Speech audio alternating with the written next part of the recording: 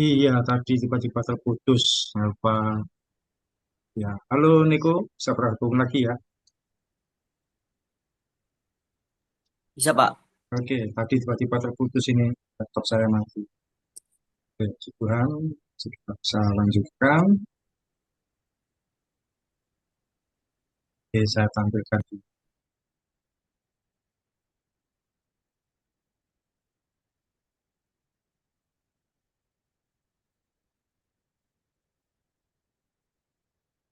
sip, sip. Oke,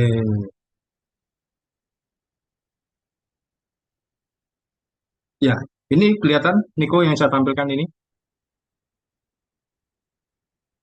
Kelihatan, Pak. Oke, oke, siap. Iya, saya lanjutkan. Tadi kita sudah baca ayat firman Tuhan. Yang pertama pembelajarannya adalah setiap pemimpin pasti punya kesalahan. Siapa yang dimaksud pemimpin? Kalau dalam kisah ini tadi, pemimpin adalah Nuh. Nah, pemimpin yaitu orang yang mempunyai kekuasaan di atas kita.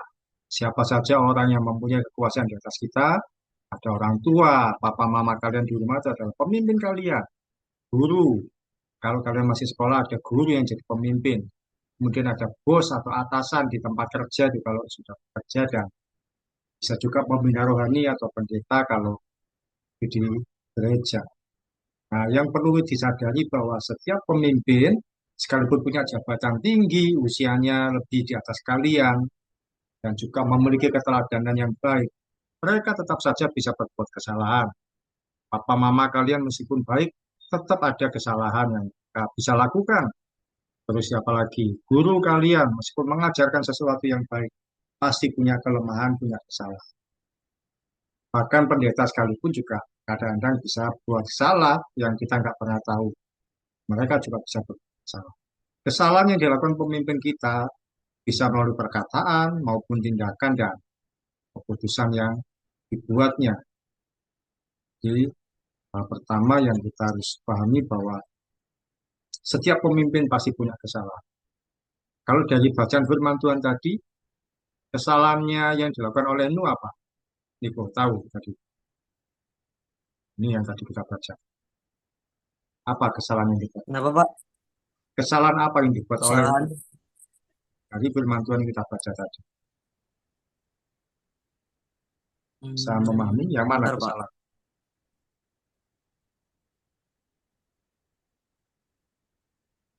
Apa kesalahan? Firman Tuhan di yang tadi kita baca, Nuh itu petani anggur. Setelah ia minum anggur yang dari Hmm, kebunnya sendiri, apa yang terjadi? Nuh Dia menjadi telanjang dalam kemahnya. ini mabuk, ya mabuk, mabuk. Oh, dan dia telanjang dalam kemahnya. Kesalahan Nuh adalah dia mabuk, dia minum anggur dari kebun yang dibuatnya sendiri. Kesalahan dan kelemahan itu adalah hal yang berbeda. Kalau kelemahan, setiap orang punya kelemahan, kekurangan. Niko punya kekurangan, Narfa punya kekurangan yang ya tidak bisa dihindari, namanya kekurangan. Orang badannya pendek, itu kekurangan. Juga mungkin suara terlalu keras, atau tidak bisa bersuara keras. Tapi kalau kesalahan itu apa? Tindakan keliru yang dilakukan sehingga membuat situasi menjadi tidak baik atau tidak nyaman. Salah. Kesalahan itu kan eh, kadang-kadang orang tidak menyadari dia berbuat keliru. Kesalahan. Ini adalah gambarnya. Nu itu petani anggur. Memiliki kesalahan apa? Dia minum anggur sampai mabuk, bahkan sampai telanjang tanpa disadari.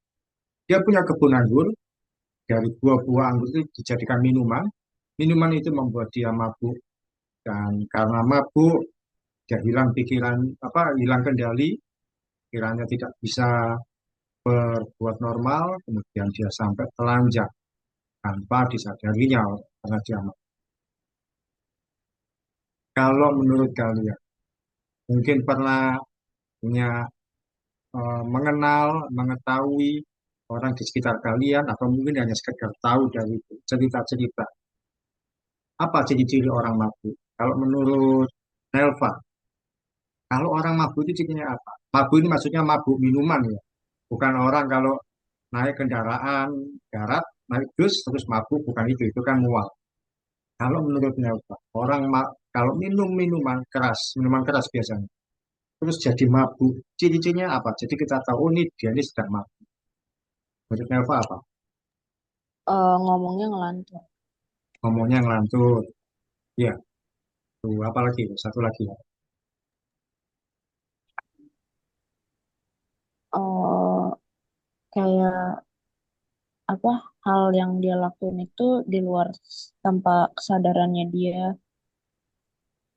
Ya, yang dilakukan tanpa kesadaran. Kadang-kadang ngomong ngelantur.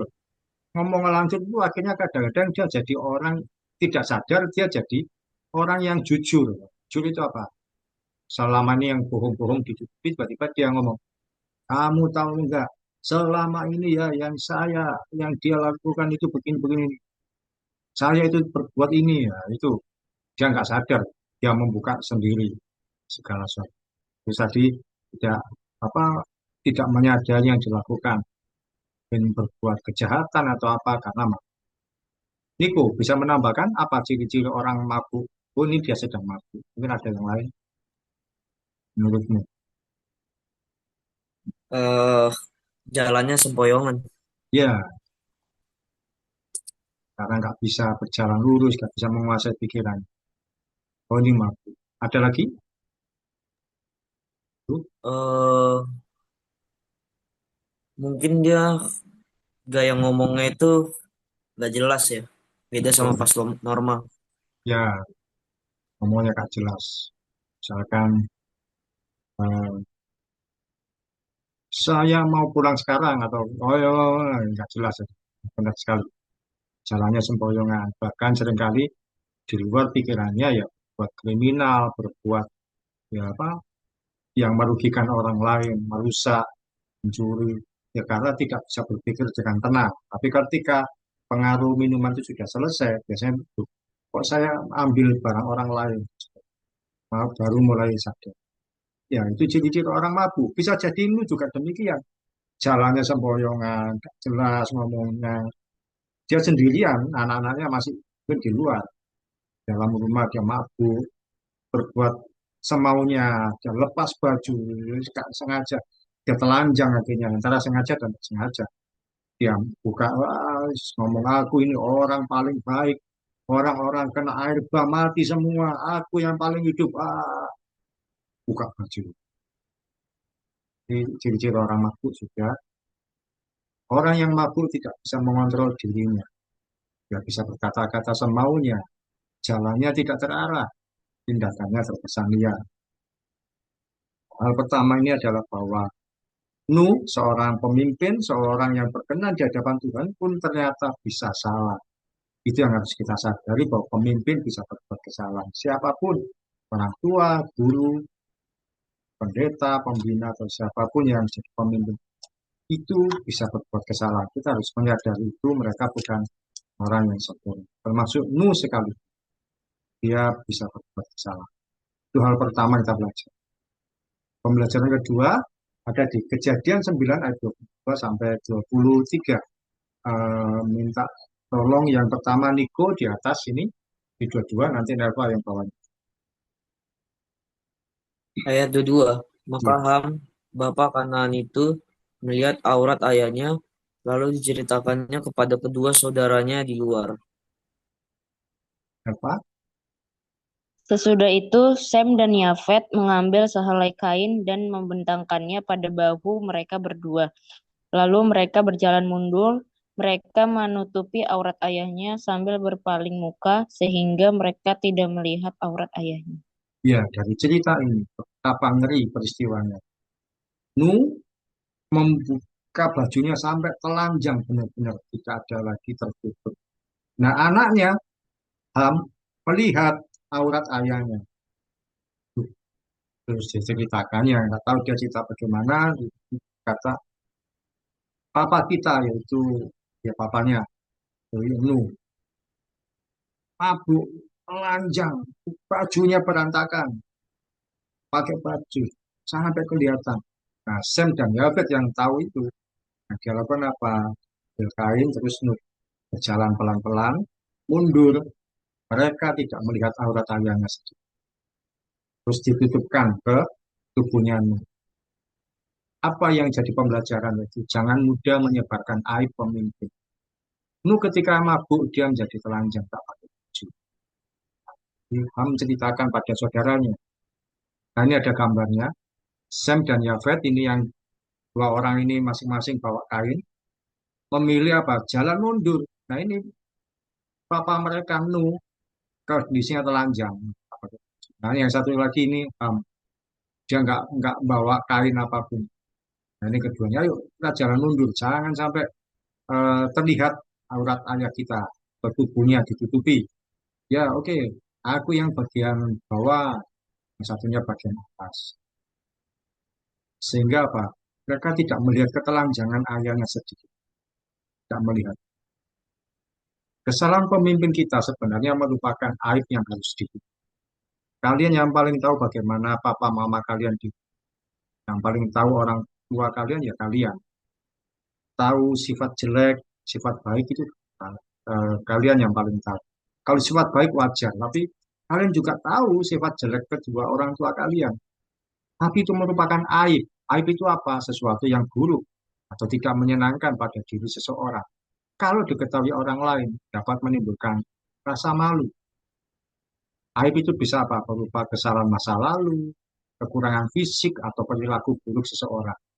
Waktu saya masih sekolah SD, teman-teman sekolah saya suka sekali menceritakan kejelekan orang tua mereka. Dijadikan bahan tertawaan.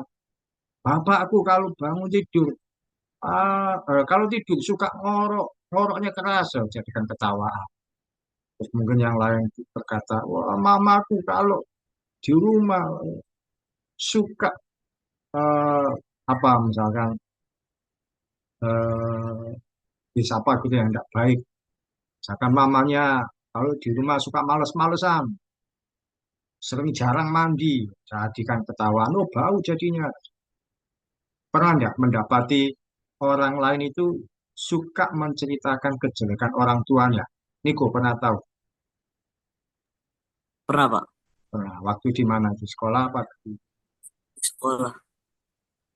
Di SD, SMP, atau malah yang sekarang? Sekarang SMA. Terus sekarang SMA malah juga menceritakan kejelekan orang tuanya sendiri. Iya, Hanya malah apa ya? Malu tapi malah terbuka. Nelva, pernah nggak mendengar itu orang menceritakan kejelekan pemimpin atau orang tuanya? Teman-temanmu mungkin Hmm, pernah sih. pernah. Gimana kamu perasaanmu mendengar gitu? Lucu atau gimana sih? Eh, Terkadang ada beberapa hal yang mungkin emang terbilang lucu, tapi kadang ada yang kayak kelewat batas juga sih. Tapi dia cerita itu sebenarnya untuk buat lucu-lucuan gitu ya, supaya orang lain tertawa. Bagaimana? Ada beberapa yang emang buat lucu, tapi Hmm. ada juga yang emang kayak sekedar cerita aja gitu. Karena itu yang memprihatinkan, menyedihkan kalau dibuat cerita yang lucu. Ini apa? Orang itu jadi tertawa, padahal menertawakan orang sendiri ya. Itu adalah kesalahan pemimpin kita, kesalahan orang tua kalian. Itu kesalahan kalau orang tua kalian mungkin ada satu tindakan yang nggak sewajarnya, itu kesalahan juga. Atau kelemahan bisa jadi bawaan, tapi bisa juga kesalahan. Nah itu enggak baik untuk diceritakan. Misalkan mungkin ya itu tadi, kalau laki-laki papanya yang tidur ngorok atau apa, oh papaku ini orangnya eh, males-malesan atau apa, itu kan nggak baik diceritakan. Biarkan apapun hal yang jelek, yang buruk, yang nggak pantas diketahui orang lain itu jangan cerita. Seorang yang berjalan dalam iman yang benar akan menutupi kesalahan pemimpinnya dan tidak mengumbarnya sebagai bagus. Lalu bagaimana kalau orang lain berbuat kesalahan, pemimpin kita berbuat kesalahan? Tidak perlu diceritakan pada orang lain. Kalau bisa ditutup. Kalaupun ada hal yang jadi keberatan, misalnya ada kesalahan yang tidak disukai, yang menurut kalian nggak wajar, sampaikan baik-baik pada orang tua kalian. Mungkin pada pemimpin kalian yang lain, pengarang atau sampaikan mungkin boleh cerita tapi hanya pada orang yang kalian percaya. Misalkan orang tua kalian punya sifat jelek, suka marah, misalkan saja. Ya kan mungkin bisa cerita pada pembina rohani kalian, tolong ini orang tua saya seperti ini. Gimana ya? Nah, supaya dapat masukan yang baik, bukan untuk ditertawakan atau eh, dianggap lucu. Kadang-kadang memang ada pemimpin itu kesalahannya berlebih. Nah, itu mungkin bisa dilaporkan pada pihak yang wajib. Contohnya kalau seorang mengalami pelecehan seksual, itu yang kesalahan, itu kan tidak bisa disimpan begitu saja.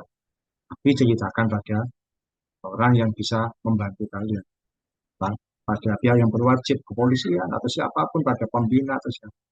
Nah, bisa kalian anggap aman. Tapi selama itu adalah hal yang tidak terlalu berat, kalian sampaikan baik. Orang tua saya dulu pernah punya kebiasaan jelek itu apa? Kan mama saya itu suka sering punya pinjaman ke orang lain.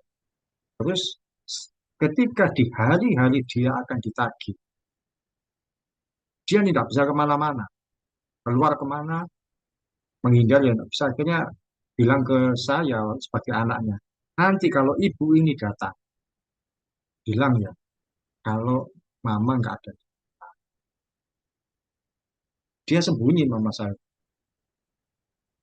Ketika ada tamu tersebut datang, eh, saya bingung antara mau berbohong atau menjawab yang jujur. Jadi ketika ada tamu itu datang, saya cuma menjawab tidak tahu, kemana tidak tahu, tidak tahu. Tamunya mau menunggu. Kalau memang mau pergi saya tunggu. Ya, tapi saya nggak tahu. Jika tamunya sudah pulang, saya dimarahin mama saya. Kenapa tidak bilang kalau mama nggak ada di rumah? Saya bilang saya nggak mau berbohong. Kalau berbohong bagaimana? Nah, dengan apa kesalahan mama saya, tapi saya tidak bisa menutupi. Ya artinya memang untuk hal itu saya menutupi dengan cara saya bilang tidak tahu. Tapi untuk sifat mama papa saya yang jelek, saya tidak ceritakan. Di poin kedua adalah bahwa poin pertama setiap pemimpin punya kesalahan. Poin kedua adalah kita belajar menutupi aib atau kesalahan pemimpin kita, siapapun itu. Dan ada tahu pemimpin kita punya kesalahan tertentu, dulu kita atau siapa. Lebih baik simpan, jangan jadi bahan gosip. Hal yang ketiga, bagian terakhir, kejadian 24, kejadian 9, 24 sampai 29. Ini 24, 25, 26. Nelva dulu bacakan ini, 4 sampai 26. Setelah Nuh sadar dari mabuknya dan mendengar apa yang dilakukan anak bungsunya kepadanya, berkatalah ia, terkutuklah Kanaan, hendaklah ia menjadi hamba yang paling hina bagi saudara-saudaranya. Lagi katanya, terpujilah Tuhan, Allah Sem, tetapi hendaklah Kanaan menjadi hamba baginya. Dilanjutkan Niko, ini 27 sampai 29. Allah meluaskan kiranya tempat kediaman Yafet, dan hendaklah ia tinggal dalam kemah-kemah Sem. Tapi hendaklah Kanaan menjadi hamba baginya. Nuh masih hidup 350 tahun sesudah akhir bah. Jadi Nuh mencapai umur 950 tahun, lalu ia mati. Ya, pembelajaran ketiga yang kita pelajari adalah seorang yang suka menceritakan aib pemimpinnya, hidupnya tidak akan berhasil. Pemimpin sekaligus bisa orang tua, bisa guru, pemimpin di tempat bekerja, bahkan bisa pembina rohani atau apa yang terjadi pada Ham yang menceritakan tentang ayahnya yaitu Nuh yang telanjang. Nuh berkata, terkutuklah Kanaan, karena itu Ham, nama lainnya. Hendaklah yang menjadi hamba yang paling hina bagi saudara-saudara. Dia dikutuk, jadi hamba yang paling hina. Kalau yang lain, terpujilah ini.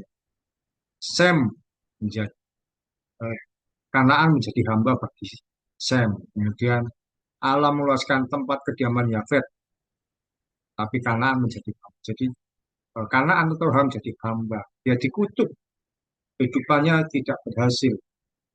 Orang yang suka menceritakan aib pemimpinnya, hidupnya tidak akan berhasil. Kenapa? Dia tidak bisa menyimpan rahasia. Apa yang seharusnya tidak dikatakannya. Dia sebarkan, dia gosipkan. Bosku loh, kalau jam-jam segini biasanya tidur di ruangannya. Jadi bahan tertawa. Dia suka menjadi penyebar gosip. Kalau menyebar gosip dan menceritakan keburukan orang lain, bisa jadi dia menyebarkan hal yang jelek tentang perusahaannya juga. Menceritakan tentang bosnya, pemimpinnya, gurunya, orang tuanya. Jangan menjelekkan orang tuamu, karena mereka sudah membesarkan. Seberapapun orang tuamu, kelakuannya, buruknya, ada buruknya pasti. Jangan menjelekkan, karena mereka sudah membesarkan. Tahan mulutmu untuk membicarakan keluh. Jangan membicarakan atasanmu bekerja, karena dia yang menggajimu. Demikian juga jangan membicarakan gurumu ya secara jelek, karena dia yang memberikanmu ilmu. Jangan menjatuhkan siapapun di atasmu, sebab mereka bertanggung jawab atas, kecuali sekali lagi kalau memang ada hal yang itu menyangkut ke tindakan mengarah ke kriminal. Ya. Kita tentu harus berani bersuara, tapi bukan untuk menjelekkan, melaporkan tindakan jeleknya. Bukan untuk menyebarkan kemana-mana, tapi kita laporkan pada orang. Kalau kalian mengikuti berita-berita belakangan ini, banyak anak-anak perempuan yang dititipkan di pondok pesantren, dilecehkan sama kiainya, sama pemimpin, dilecehkan secara seksual, terutama yang perempuan, bertahun-tahun. Nah, itu kan mereka nggak berani bersuara karena takut dengan pemimpinnya. Mestinya hal seperti itu tidak masalah di sana. Jadi jangan suka menceritakan kejelekan orang. Kalau ada teman yang seperti itu, kalian punya pilihan untuk menjauhi, tidak mau mendengarkan, atau berkata, sudah jangan teruskan, itu kan orang tua. Karena ketika kalian ikut menertawakan, ya, berarti kan sama saja setuju dengan yang dia cerita. Oke, bagian terakhir, sharingnya, eh, kita tidak akan menjelekkan orang tua, ya. Tidak mengatakan, menceritakan tentang orang tua, tapi bukan bermaksud menjelekkan juga, sekedar contoh, supaya aman, pakai contoh guru. Kalau guru kan kesalahannya dia itu kan tidak terlalu fatal, tidak terlalu banyak, tidak terlalu besar. Kalau untuk sekedar sharing. Menurut kalian, contoh kelemahan atau kesalahan guru yang kalian tahu, kalian tuh contohnya bagaimana? Kalau dari saya ceritakan ketika saya masih SMP, ada guru yang kalau dia mengajar juga diakhiri guru bahasa Inggris ketika menjelaskan tentang tenses. Dia berkata, ya anak-anak ya, ya anak-anak ya. Itu kan jadi sesuatu yang unik, yang lucu.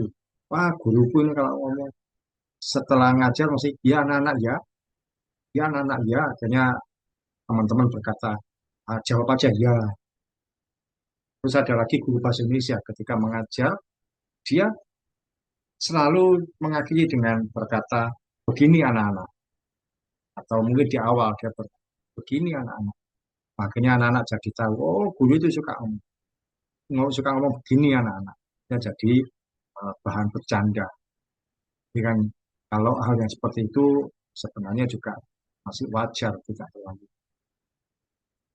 Kalau menurut Niko, menurutmu eh, gurumu salah satu contoh saja, mungkin waktu yang kamu tahu di SMP atau yang sekarang, menurutku oh ini kekurangan guru saya. Itu apa? Gimana contoh? Kalau Niko sih waktu SMA sih guru bahasa Indonesia pas sekarang itu kalau ngajar suka ngomong oke oke oke oke mulu. Oh, iya. Itu mengganggu apa enggak? Oke, nggak mengganggu sih cuman kayak Lucu jadi aja sih kalau jadi lucu. denger oke, oke, oke gitu-gitu. Selesai ngajar, oke, oke. Tiap saat ngomong gitu. Ya, jadi ciri khas sendiri, jadi berkata oke, ya itu kan yang mendengar itu jadi merasa unik, merasa lucu. Ya, itu memang kelemahan dia, memang mungkin sifatnya dia ya tidak apa-apa, terima.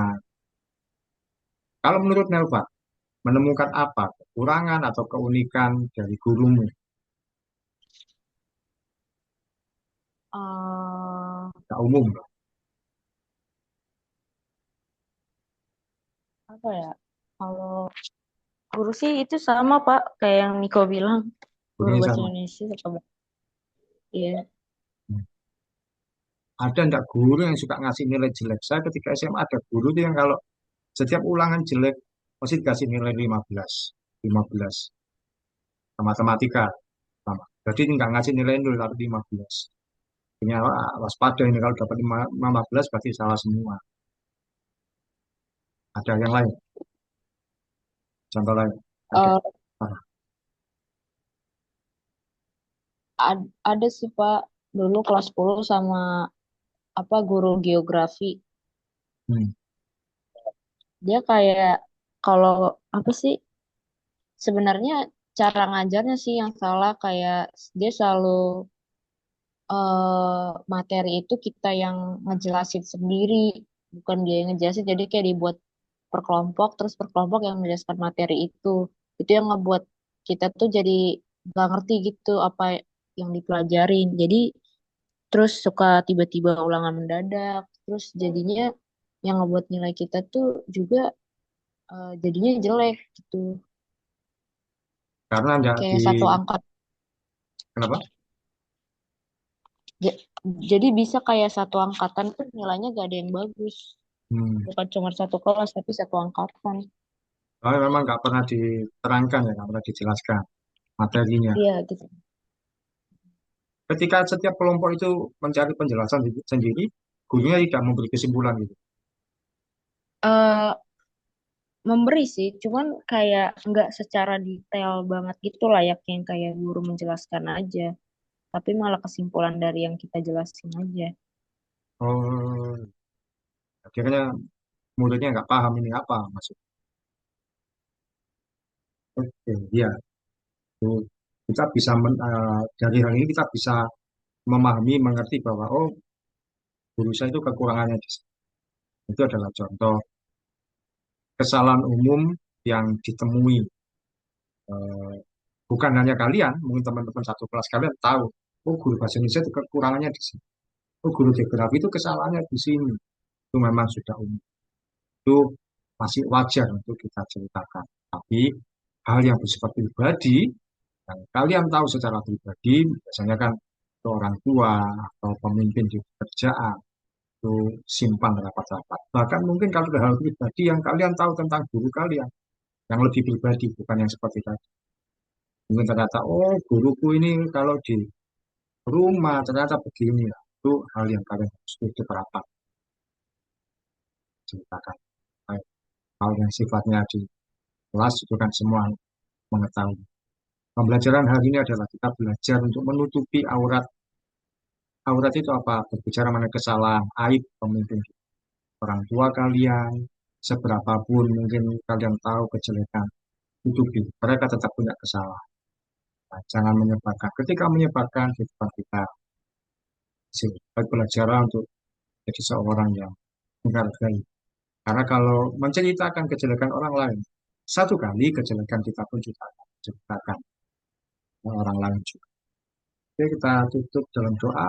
Nelva, berdoa ya.